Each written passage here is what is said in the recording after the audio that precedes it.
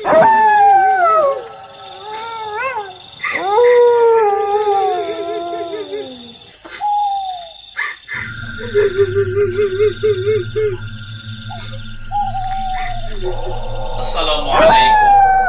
warahmatullahi wabarakatuh.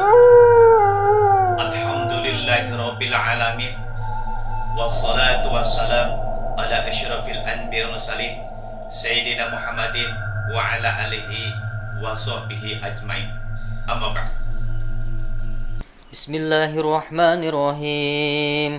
Ya ayyuhalladzina amanu qu anfusakum wa ahlikum nara wa quduhan nas wal hijarah. Shadaqallahul azim. Wahai orang-orang yang beriman, peliharalah dirimu dan keluargamu dari api neraka yang bahan bakarnya adalah manusia dan batu. Surat At-Tahrim ayat 6. Dalam sebuah hadis yang diriwayatkan Imam Bukhari, Rasulullah bersabda, "Dan aku melihat neraka, maka tidak pernah aku melihat pemandangan seperti ini sama sekali. Aku melihat kebanyakan penghuninya adalah kaum wanita." Sedikitnya ada 11 alasan kenapa banyak wanita masuk neraka. Ini berdasarkan dalil Al-Quran dan hadis. 1. Kufur terhadap suami. Dalam sebuah hadis Rasulullah SAW bersabda, "Tidak seorang wanita pun yang boleh menyakiti hati suaminya melalui kata-kata, kecuali Allah Subhanahu wa Ta'ala akan membuat mulutnya kelak di hari kiamat selebar 70 dirham, kemudian akan mengikatnya di belakang lehernya." Berpakaian tidak sesuai syariat. Karena pakaian inilah salah satu penyebab banyaknya wanita yang masuk neraka. Banyaknya wanita yang begitu bangga memperlihatkan auratnya atau memakai pakaian muslim namun tidak sesuai syariat Islam, seperti pakaian yang ketat menampilkan lekuk.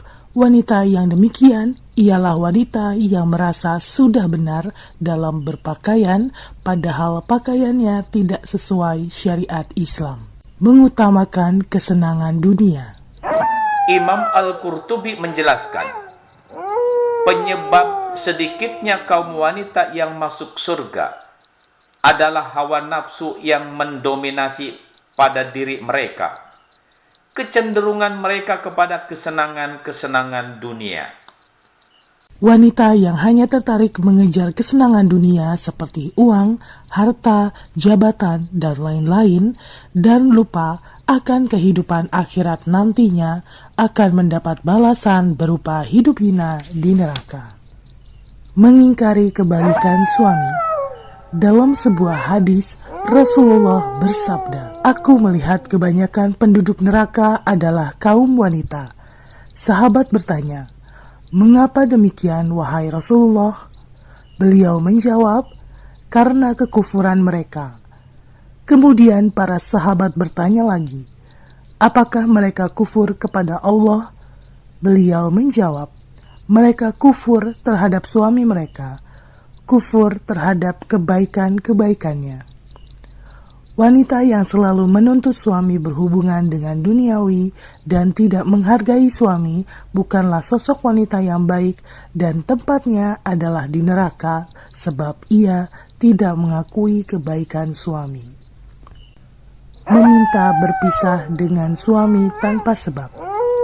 Wanita mana saja yang meminta cerai pada suaminya tanpa sebab, maka haram baginya mencium wangi surga. Menampakkan perhiasan.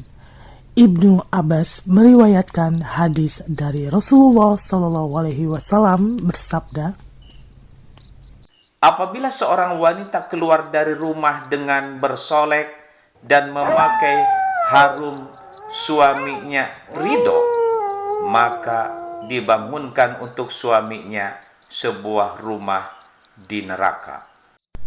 Kenapa demikian? Karena wanita seperti itu berdandan dan agar terlihat cantik dan dilihat para pria lain yang bukan untuk menyenangkan suaminya. Minyak wangi yang dipakai wanita di luar rumah menyebabkan orang lain menjadi tertarik dan menyebabkan fitnah, dan hal itu juga menjadi sebab masuk neraka. Kikir dalam sedekah. Bersedekahlah kamu semua, karena kebanyakan kamu adalah kayu api jahanam. Wanita yang pelit dan lebih mementingkan untuk menggunakan rezeki pemberian Allah untuk segala keperluan duniawi ialah salah satu ciri wanita yang dilaknat, sebab tidak menggunakan hartanya di jalan Allah dan tidak memperdulikan sesama atau orang lain yang membutuhkan bantuan. Berpergian tanpa izin suami. Bismillahirrahmanirrahim. وقرنا في بيوتكن ولا تبرجنا تبرج جاهلية الأولى صدق الله العظيم. Dan hendaklah kamu tetap di rumahmu, dan janganlah kamu berdandan dan bertingkah laku seperti orang-orang jahiliyah dahulu. Quran Surat Al-Ahzab ayat 33. Wanita dilarang untuk keluar rumah walaupun dekat tanpa ada izin dari suami, sebab wanita merupakan tanggung jawab dan hak penuh suami. Membuka aib orang atau bergosip. Bismillahirrahmanirrahim. Ya ayyuhalladzina amanu ijtanibu katsiran minaz-zanni inna ba'daz-zanni ismu ولا تجسسوا ولا يغتب بعضكم بعضا أيحب أحدكم أن يأكل لحم أخيه ميتا فكرهتموه واتقوا الله إن الله تواب رحيم صدق الله العظيم. Wahai orang-orang yang beriman, jauhilah kebanyakan prasangka atau kecurigaan, karena sebagian dari prasangka itu dosa. Dan janganlah mencari-cari keburukan orang lain, dan janganlah menggunjing satu sama lain. Apakah ada di antara kamu yang suka memakan daging saudaranya yang sudah mati? Maka tentulah kamu merasa jijik kepadanya, dan bertakwalah kepada Allah Subhanahu wa Ta'ala. Sesungguhnya Allah Subhanahu wa Ta'ala Maha menerima taubat lagi Maha penyayang.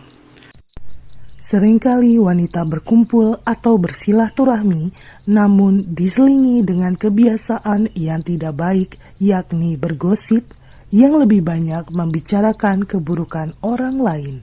Hal itu adalah kebiasaan yang sungguh membawa kerugian, yakni membawa kepada neraka. Iri dan dengki. Wanita memang memiliki emosional yang lebih tinggi dibandingkan dengan laki-laki. Wanita lebih senang dipuji dan diberikan sesuatu yang menyenangkan.